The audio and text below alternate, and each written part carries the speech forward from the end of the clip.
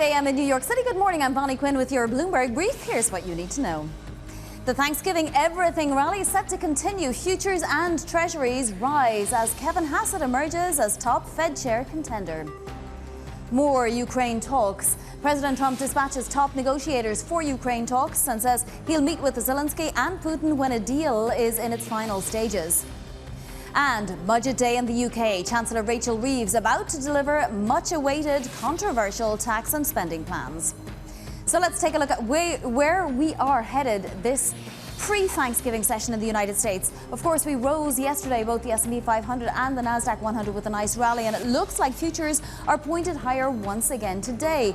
Tech didn't contribute too much yesterday, thanks in particular to Nvidia.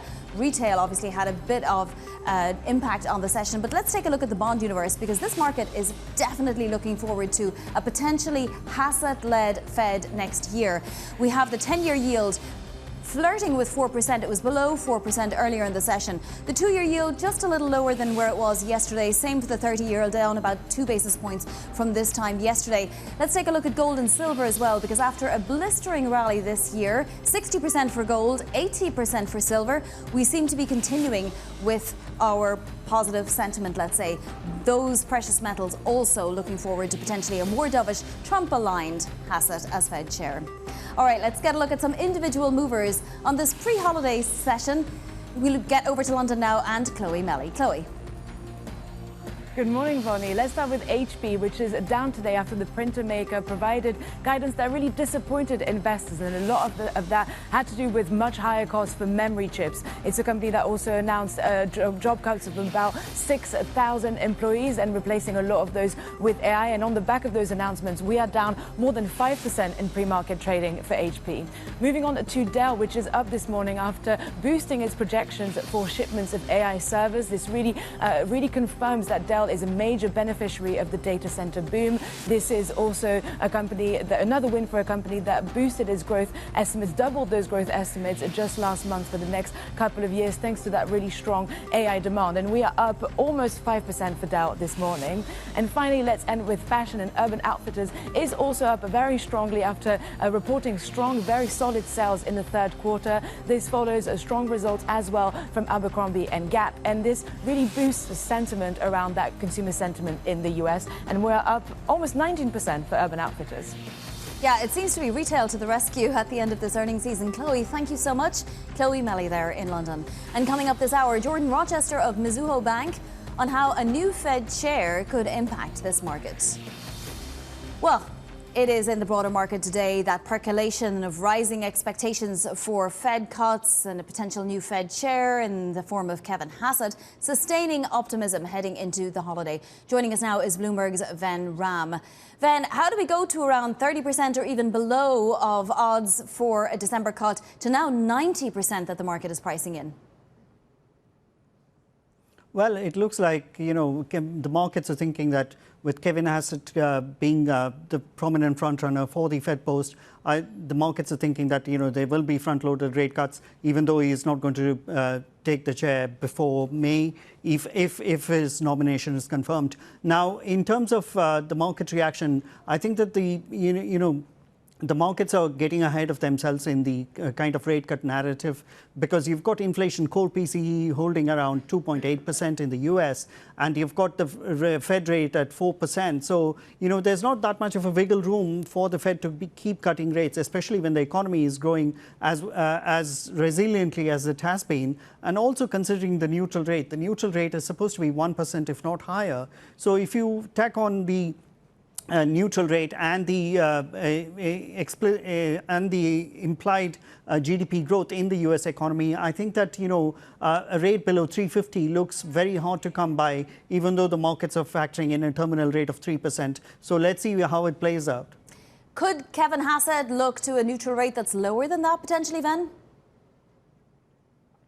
Yeah, potentially. I think we have heard from Stephen Mirren that, 2.5 is possible. We have had some indications to the dot plot to the effect. So I think that, a rate below 3% would be a kind of foolhardy, because you can have the Fed rate that you want. You could lower the Fed rate sufficient if you've got sufficient consensus within the committee. But what is important for the markets is what the front-end Treasury yields do. If you look at the 2-year yield, Bonnie, we haven't done below levels meaningfully before 3.5% for a while now, and there the markets are sending out a message that, look, you can have the Fed rate that you want, but not the market rate that you want. Fascinating. Let's look to the UK, because obviously in just 2 hours and 25 minutes we're going to get the budget. Gilts are dropping now as traders are bracing for that. What's the worst possible outcome, then? The worst possible outcome would be an entrenchment of the risk premium, the fiscal risk premium that investors have embedded into UK assets. Whether you look at the pound is trading about 2.5% below its fair value. If you look at gilts, if you look at gilt yields, it's a bit of a frightening story, because it costs about 200 basis points more for the UK exchequer to raise funds at the 30-year point of the curve than Germany does. And if you look at the 10-year point as well, there's a considerable gap between how much Germany pays for its debt and how much the UK pays for its debt.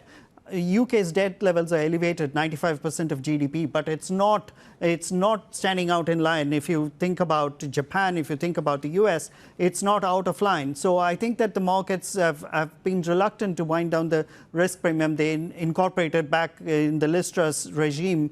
That still lingers, and Chancellor Rachel Reeves needs to come up with a credible fiscal plan to make sure that the risk premium is unwound. All right, Ven, thank you so much. That is Bloomberg's Ven Ram of our MLive team. And sticking with the UK and the budget, Chancellor Rachel Reeves due to deliver her second budget in the House of Commons a little later. The much-anticipated budget will need to placate both the MPs who've put Keir Starmer on notice and gilt holders who've been demanding a premium on UK debt, as we just heard from Ven Ram. Bloomberg's Lizzie Burden joins us now from Westminster. So, Lizzie, she seems to be in a bind. What's she going to do about it? A huge bind, Vonnie. You've got the Chancellor trapped between her own manifesto, the bond vigilantes and the left wing of her party. We've had months of speculation, weeks of leaks heading up to this budget, and it looks like she's going to have to restore the public finances. We thought she was going to do it by raising income tax, breaking the manifesto. She rolled the pitch for that, but then she had this U-turn, and now officials are briefing that we'll have a smorgasbord of smaller tax rises. That's what's on the front page of the newspapers today. She's readying a tax-heavy budget that is going to hit, this is the Times, workers, savers and pensioners. But the question is, how much headroom will she be able to leave against her fiscal rules? Previously, it was £9.9 billion the past two times. Expectations are for £15 billion, so not much more this time. But even that, Vonnie, will be politically painful. Remember the words of George Bush Sr. when he said, "Read my lips, no new taxes." Well, he was punished in the polls, of course, when he broke that pledge. And Reeves, after last year's autumn budget, said that there'd be no more borrowing, no more tax rises. And here she is about to come back for more. Labour polling worse than it ever has at the moment. You asked Ven what the worst case scenario would be. Well, the bar is incredibly low here. If she doesn't have a gilt sell-off, if she stays in a job, perhaps that's success for Reeves today. Exactly. I want to quote Paul Donovan here, Lizzie, because it's very pertinent. He says it's really just the legacy of the Liz Truss moment that left faith in fiscal competence in a fragile state, because we're actually dealing with the UK, which is the fastest growing major economy in the first half of this year. His point being that if it wasn't for the Liz Truss moment, she might be in a very different position, Rachel Reeves. So what individual measures can we expect today? Yeah, of course, she has emphasised plenty of times how difficult that inheritance from the Conservatives has been. It leaves her these difficult decisions. It looks like the big tax rise will be a stealth tax rise, freezing personal tax thresholds. It looks like she's going to levy a mansion tax on homes worth over £2 million, although even if that appeals to the left wing of the party, it might not raise as much money as they're hoping. And then on the spending side, she could lift the two-child cap on benefits at a cost of £3 billion. Already, her party has got in the way of many of the welfare reforms that the government would like to make. And so there comes the question of how backloaded spending cuts will be in the decade, and therefore questions about debt sustainability and market credibility. You talked about the potential market reaction there with Venn. Of course, Liz Truss is the spectre that hangs over every budget of Rachel Reeves, but we also watch the currency market. You've had huge volatility when it comes to the pound-euro trade. Traders piling into bets that the pound's going to be weaker against the dollar as a result of this budget. If Reeves can balance the books here and pull off a budget here, it could be that you see a bit of a relief rally for sterling. Absolutely. Well, we will be watching, Lizzie. Thank you so much. Bloomberg's Lizzie Burden there from Abingdon Green. And UK Chancellor Rachel Reeves will deliver her budget at 12:30 p.m. London time. That's 7:30 a.m. New York time, so just 2 hours, 20 minutes from now. Viewers in the UK and Europe can join us for full coverage and analysis. And the opening trade will break down the numbers with top business and political voices in a budget special tomorrow morning. Meanwhile, President Trump directed his envoy, Steve Witkoff, to meet with Russian President Vladimir Putin in Moscow next week. Russia has confirmed the visit. Bloomberg Russia economics and government editor Greg Sullivan joins us now. Greg, there's plenty of movement, but is there any progress towards an actual peace deal with specific points laid out that both sides agree to, including, the US, I guess, three sides? Right. There is a lot of diplomatic activity happening right now. As you mentioned, Steve Witkoff is scheduled to go to Moscow next week, and the Kremlin just said that he would likely meet with President Putin there. We also know that Trump has dispatched U.S. Secretary of the Army Dan Driscoll to talk to the Ukrainians. Driscoll was recently in Abu Dhabi meeting with the Russians to discuss the relations between the two countries as well. So there is a lot of moving pieces. But in terms of what is actually being achieved here, that's still hard to say. Obviously, the White House released this 28-point plan last week that caused some concern among Kyiv and its European allies. There have been since then negotiations, including in Geneva with the Ukrainians, to try to narrow the differences on that. It's a shorter plan at this point. The Russians have confirmed that they've seen it, but have not said what they think about it yet. So there's a lot still going on. At this point, it is really hard to see that what would satisfy Ukraine would not be a deal breaker for Russia and vice versa. There are some major issues that stand between the two, issues of territory, security guarantees. Those have been very difficult to overcome in the past and are likely still to be difficult to overcome. And so while we know issues remain, we don't know quite how close they are on some of those particularly tricky issues. Right, and we're seeing reports that Ukraine, in fact, has agreed to a potential peace plan with some minor details to be sorted. But the idea of, no accession to NATO ever and ceding of territory, they don't seem to be minor points, do they, Greg? So there was that report that Ukraine had supported it. Ukraine has voiced some optimism on the peace process and the U.S. involvement in it, but Zelensky seemed to rebut that yesterday. The Ukrainian president did say that talks are ongoing. And as you said, these are major issues, and they have been major issues. There's the issue of land. Moscow wants territory that it does not control, has not been able to capture militarily, that is still under Ukrainian control, and Ukraine does not want to cede that territory. And then there are the issue of the security guarantees. Ukraine does not want Moscow to just restart hostilities at some point down the road. But to assure that, they're going to need some kind of guarantee, whether that's accession into NATO, troops within the country. Moscow is seeking a curb on Ukrainians' armed forces. These are major sticking points, and still it's hard to see how those are how those bridges are crossed at this point in the negotiations. All right, Greg, thank you so much for that context. That is Greg Sullivan in Dubai. Now to other top stories trending on the terminal this morning. White House National Economic Council Director Kevin Hassett emerging as the front-runner to be the next Fed chair. According to sources, Hassett is seen as someone who would bring President Trump's approach to interest rate cutting to the Fed. If he were to ask me to be Fed chair, then of course I would have to say yes, because I want to serve my country and I want to serve my president. But we'll see how it goes. There are a lot of great candidates. The U.S. government has negotiated a 71% discount off the list price of Novo Nordisk's drugs Ozempic and Wegovy for patients in Medicare. These newly announced rates are the result of a Biden-era law and will be effective in 2027. Other blockbuster drugs, such as Pfizer's breast cancer drug Ibrance, will see a 50% price cut compared with its 2024 list price. And McKinsey cutting about 200 global tech jobs as the consulting firm joins rivals in using AI to automate some positions. The company isn't ruling out additional job cuts across different functions over the next 2 years as it ramps up the use of AI.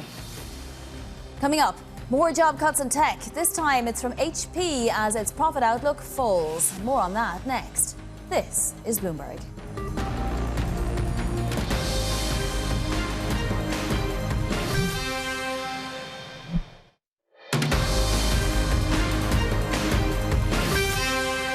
This is Bloomberg Brief. I'm Bonnie Quinn in New York. HP shares tumbling in the pre-market. This after the PC and printer maker gave a profit outlook for the current year that fell short of estimates. The company also announced it will cut 4,000 to 6,000 employees through fiscal 2028 by using more AI tools. Bloomberg Tech Europe anchor Tom McKenzie joins us now. Tom, give us some more details. What exactly did HP say?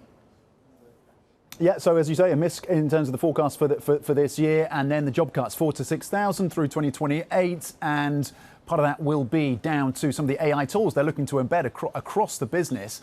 So everything from manufacturing through to sales, through to product and research is where they are going to be putting in AI systems to help replace some of those workers, is what we're hearing from executives at HP. They think it's going to lead to savings of about $1 billion by 2028. This is a company that was hoping to benefit from the upgrade from customers, individuals and enterprise as well, around AI-infused laptops and desktops. There is that, and they are seeing some evidence of that, but they're also being hit by higher chip costs, particularly in the memory space. So higher than expected chip costs in memory. That is a challenge for them. They're also negotiating, continue to have to navigate the tariff situation as well. They're moving some of their manufacturing out of China, for example, to ensure that the laptops and desktops they sell into the US market are being produced elsewhere to avoid some of that tariff hit. So those are the challenges for this company as they look, again, to reduce that headcount down to about probably around 54,000, currently at 58,000. So you're looking at a little below 54,000 into 2028 with those potentially $1 billion worth of savings. And it's interesting because that stock is already down about 14% this year, and even with announcing some job cuts, it's plummeting again today. Let's move to Dell, because that's another stock that surprised. It raised its annual outlook for shipments of AI servers, but margins seem to have been a problem. Yeah, margins are a challenge. They're around 11%. If you think about the margins for NVIDIA, for example, closer to 75%. A different space, but they do operate in the same ecosystem because Dell, of course, packages up those NVIDIA chips and those of AMD and those memory chips into servers and racks and ships those into data centers. They are still seeing sustained demand. That's what executives at Dell are saying. Their AI unit for the data center servers doing particularly well. They have a backlog of more than $18 billion. And for that unit, they raised their forecast from $20 billion worth of shipments expected this year to $25 billion worth of shipments. So they're really benefiting from the hyperscaler spend around data centers as they get their servers and racks into those infrastructure pieces. And they expect that to continue. They are also facing higher costs. And that comes back to your margin point because, again, memory chips rising more than typically expected. And that's something they are looking to work on to create more efficiency and greater profit, particularly at that AI server unit within the Dell business. All right, well, that stock up in the pre-market today. Tom, thank you so much. That is Bloomberg Tech Europe anchor Tom McKenzie. Coming up, White House defending Special Envoy Steve Witkoff after a leak, reportedly, of a conversation with a Russian official. That and a look at what else is making headlines in your front page news. This is Bloomberg.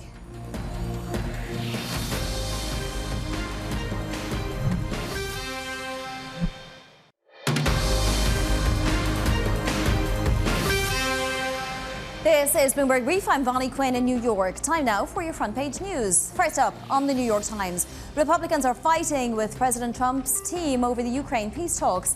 Senator Mitch McConnell and several other lawmakers have accused the team of appeasing the Kremlin, warning that doing so will not lead to lasting peace. The pushback comes in response to a long social media post by Vice President Vance in which he accused McConnell of making a, quote, ridiculous attack on the peace plan. The Wall Street Journal, leading with the White House defending Special Envoy Steve Witkoff over a reportedly leaked conversation with a Russian official. According to reports, Witcoff says praising Trump would help smooth over a call with his Russian counterpart regarding the war in Ukraine. Witkoff reportedly also suggested Putin call Trump ahead of a White House visit by Ukrainian President Volodymyr Zelensky. And on the front page of the Washington Post, the FBI has requested interviews with 6 Democratic lawmakers whom the president called traitors. The Trump administration has aggressively sought to punish lawmakers who encouraged service members to disobey unlawful orders. In response, the lawmakers have accused the administration of abusing its authority and threatening their personal safety. Those are your front page news stories today. Let's look at markets now as we approach our conversation with Jordan Rochester. We do have futures pointed higher once again today. This Thanksgiving rally seems to be continuing. And then in terms of the 10-year yield, we are flirting with 4%. In fact, we were below that. This, of course, as more and more talk about Kevin Hassett being the front runner to lead the Fed next year emerges and percolates through markets. Also, as markets raise their odds for a December Fed cut right up to 90% now.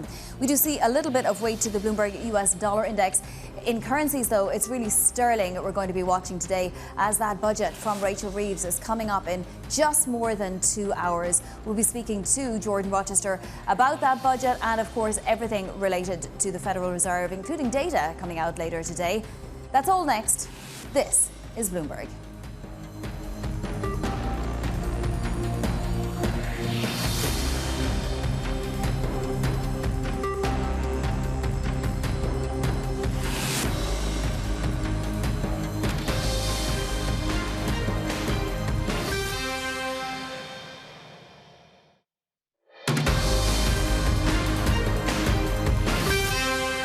It's 5:30 a.m. in New York City. Good morning. I'm Bonnie Quinn with your Bloomberg Brief. Here's what you need to know. The Thanksgiving Everything rally, futures and treasuries rise as markets look to a December Fed rate cut. And Kevin Hassett emerging as the front runner to succeed Fed Chair Jerome Powell. A Moscow trip. Russia confirms U.S. presidential envoy Steve Witkoff will lead a delegation for talks in Russia next week. So let's take a look at that rally then. As you can see, futures pointed firmly higher. This after an up day yesterday as well. The S&P was up 0.9%, in fact. The Nasdaq 100 up 0.6%. We're getting the market pricing in 90% odds now of a December Fed rate cut, which is vastly different from just last Friday when they were only around 30%. Let's look at the bond universe because we have the 10-year looking to go below 4%. It did, in fact, earlier today. The 2-year yield is at 3.46 and the 30-year yield right down now to 4.65. We also have JP Morgan strategists out today expecting the S&P to trade around 11% higher by the end of next year. And what's notable is that team had been seeing the S&P ending this year at just 6,000. Gold and silver as well seem to be warming to the potential of a Hassett-led Fed. Gold back above $4,100 an ounce. That precious metal has rallied 60% this year. Silver, for its part, up 80%. Bitcoin as well bouncing off its recent lows, although our MLive team points out that there's no real bid behind it, be it retail or institutional buying, without any clear market narrative.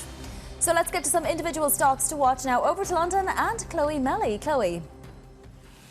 Good morning, Bonnie. HP is down this morning more than 5% after providing a forecast that really disappointed investors. And this was really driven by much higher costs for memory chips. The company also announced it was cut as much as 6,000 jobs over the next few years and replaced a lot of those with AI. And so we are seeing that weakness on the back of those announcements. Moving on to Dell, which is up this morning after boosting its projections for shipments of AI servers. And so that is really confirming Dell's positioning as one of the major beneficiaries of the data center boom. It's another big win for a company that just last month had doubled its growth estimates for the next couple of years, thanks in large part to this really strong AI demand. And we are up more than 3% in pre-market trading for Dell. And finally, let's end with retail, and Urban Outfitters is up very strongly as well this morning, 18% after reporting very solid sales. That follows positive results from Gap and Abercrombie. And it seems to show that the US consumer is actually in quite good shape and really boosting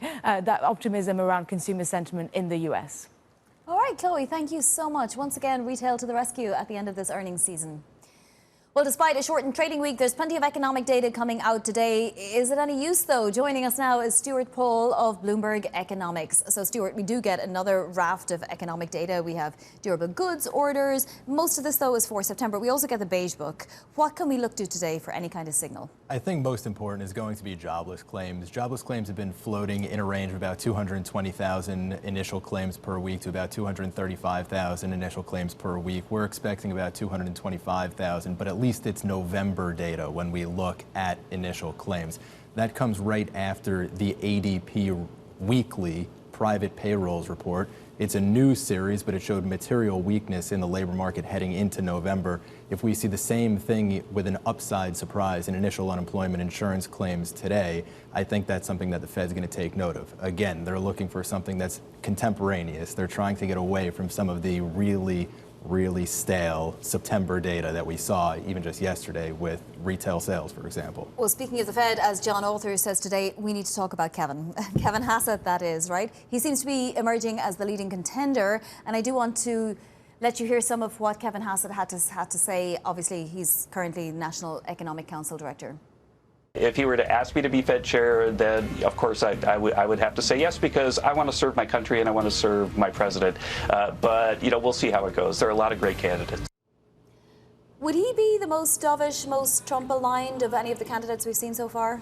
I think out of the 5 people who are really floated, including Kevin Warsh, the other Kevin, Chris Waller, and Michelle Bowman, both of whom are on the Board of Governors right now, Kevin Hassett probably is the most dovish. I think that's why we did see a bit of a repricing of 2-year rates yesterday, a bit of a steepening of the yield curve.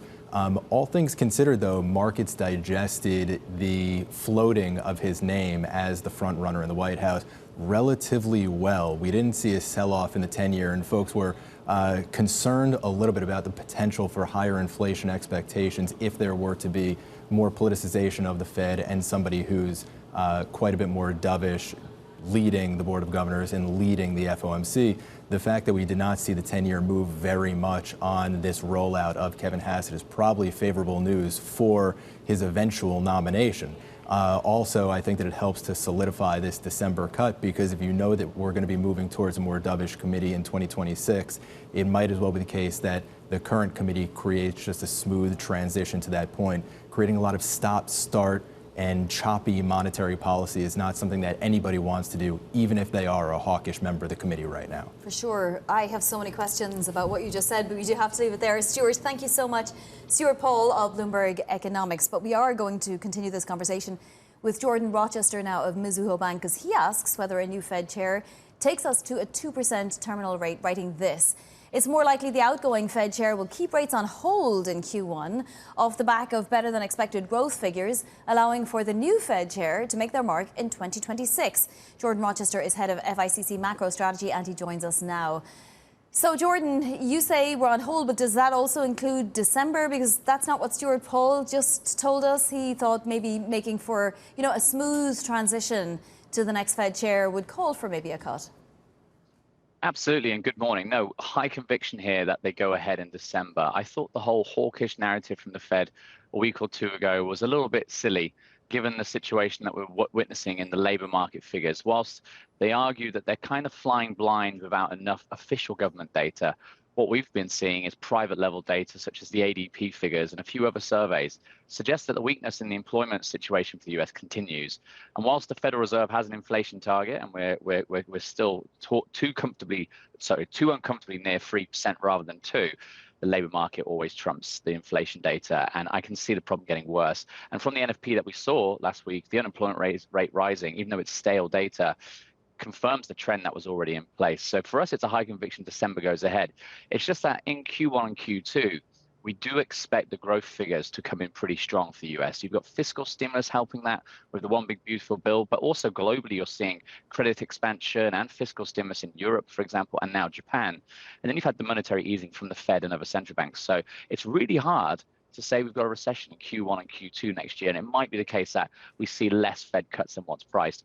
But once the new Fed chair comes in, Bonnie, it is open season for the new Fed chair. If they really want to push us pointing towards the weakness in the labor market for the direction of rates, there's an argument that they can go further.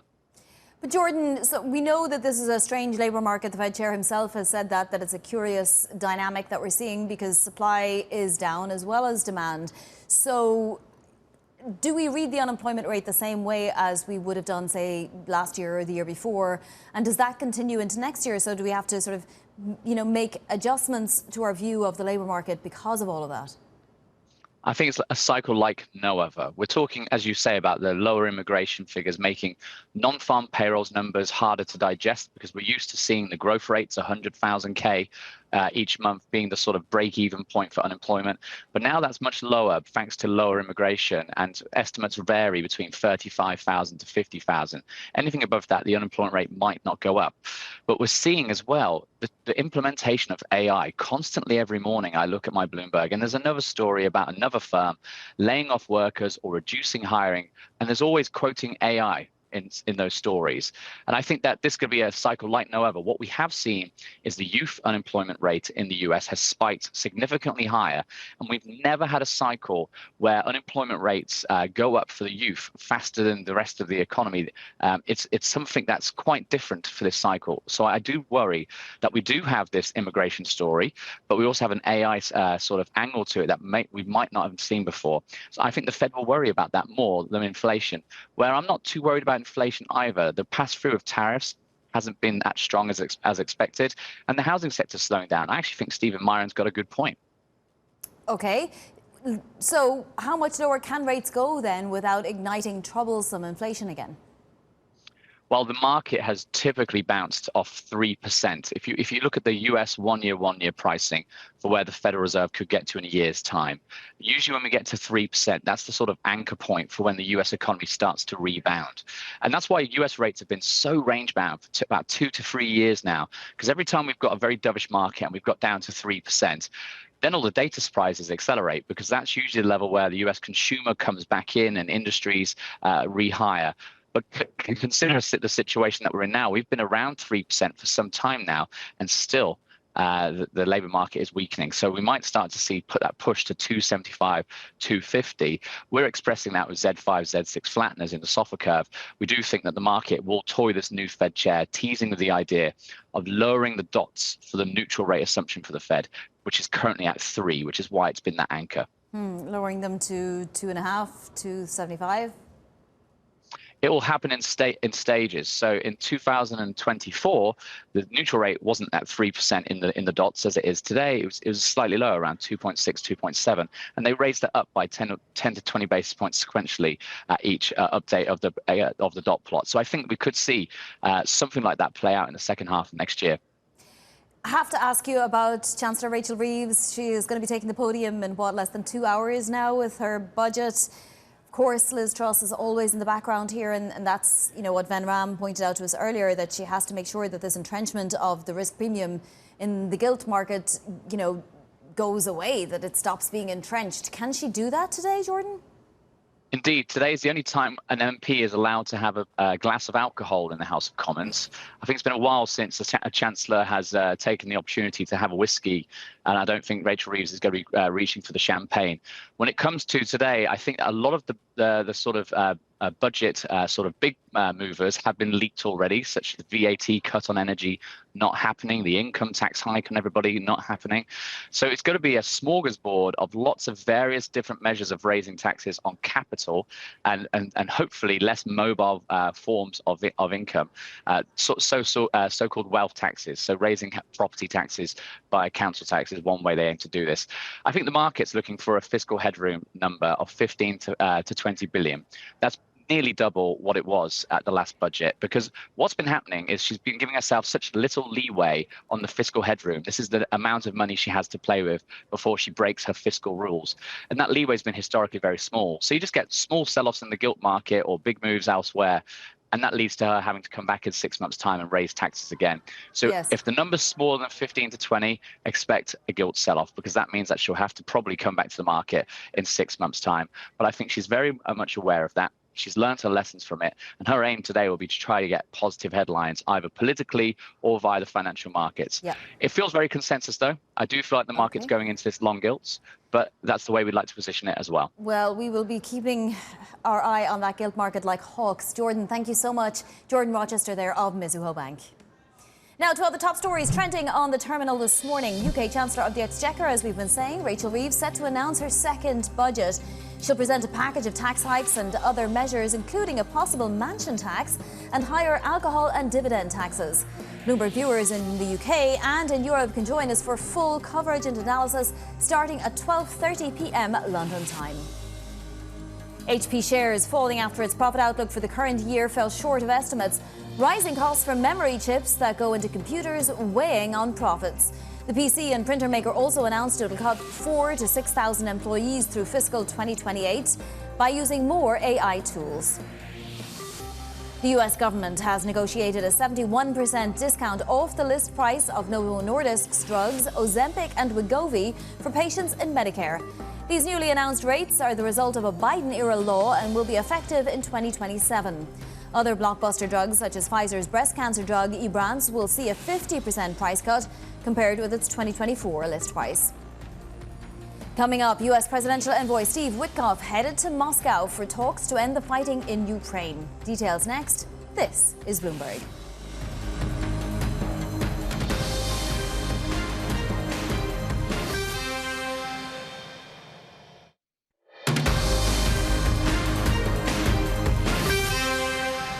People are starting to realize it's a good deal for both parties if they got to stop the war. They're losing a lot of people, a lot of soldiers, mostly soldiers. In that 28-point plan that was originally leaked, there were some provisions that said that Ukraine. Well, that was an original proposal, and then from there we went back and forth. So when it comes to ceding land to Russia, is that still on the table, or has that changed? Well, they're talking about going land both ways and trying to clean up a border. You know, you can't go through the middle of a house, you can't go through the middle of a highway. So they're trying to work something. It's a complicated process. Doesn't go that quickly. That was President Trump speaking last night on Air Force One. Russia has confirmed now that U.S. envoy Steve Witkoff will visit Moscow next week to meet with Russian President Vladimir Putin as part of efforts to finalize a Ukraine peace plan. Bloomberg Brussels Bureau Chief Suzanne Lynch joins us now. So, Suzanne, a lot of positive talk, a lot of progress apparently being made, at least according to President Donald Trump. But these are very, very difficult things to resolve, particularly the land issue and the non-NATO membership issue. You know, are we getting any closer, do you think? Look, what we're hearing is that there are still a lot of outstanding issues on the table here, and these negotiations are only really starting. Although we had that original 28-point peace plan, this has now been whittled back. And the Europeans in particular, there is a sense of relief that changes have been made, and they feel like they've had some influence in trying to get the Ukrainian and European perspectives on the table.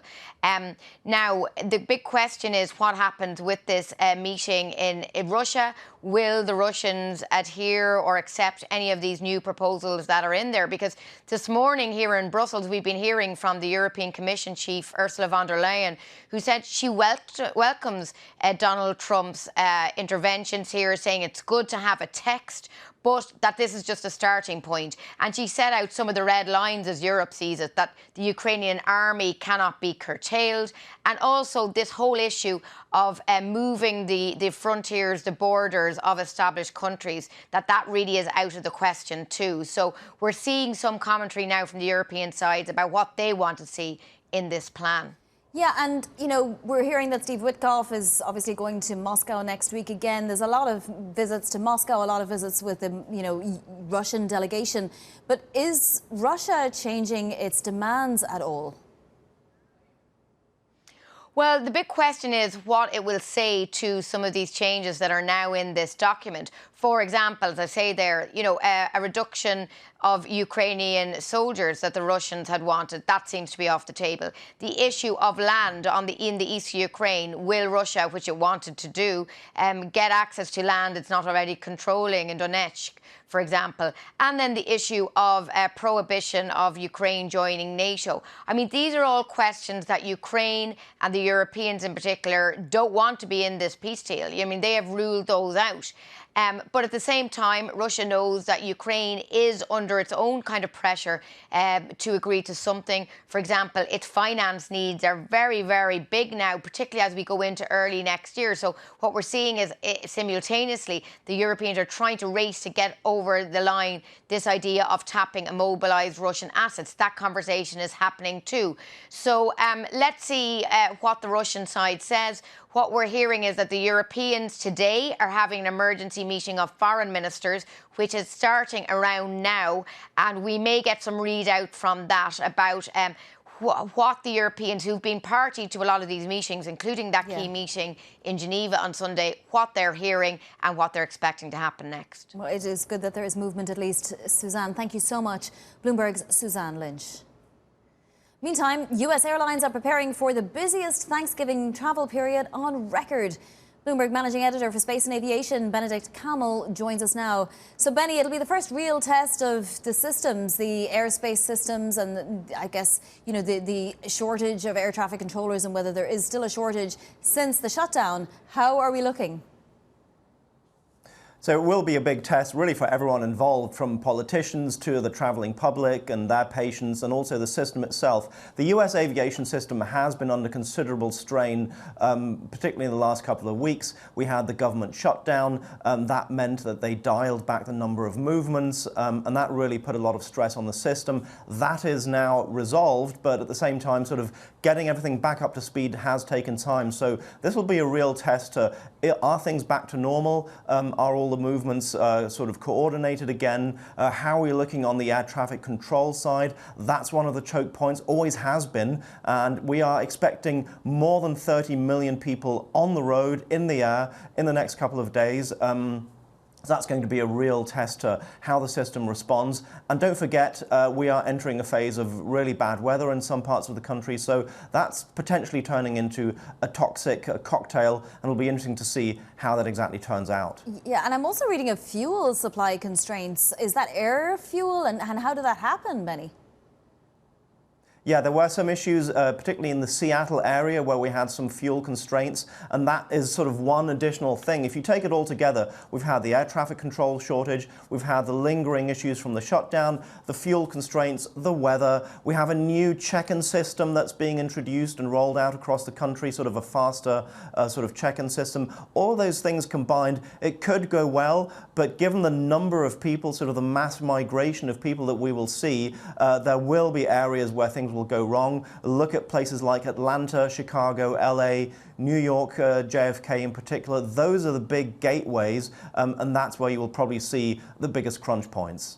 All right, Benedict Camel, we will be watching. We're staying here, though, so tune in to us on Friday morning. Coming up, we're going to get you set up for your trading day. This is Bloomberg.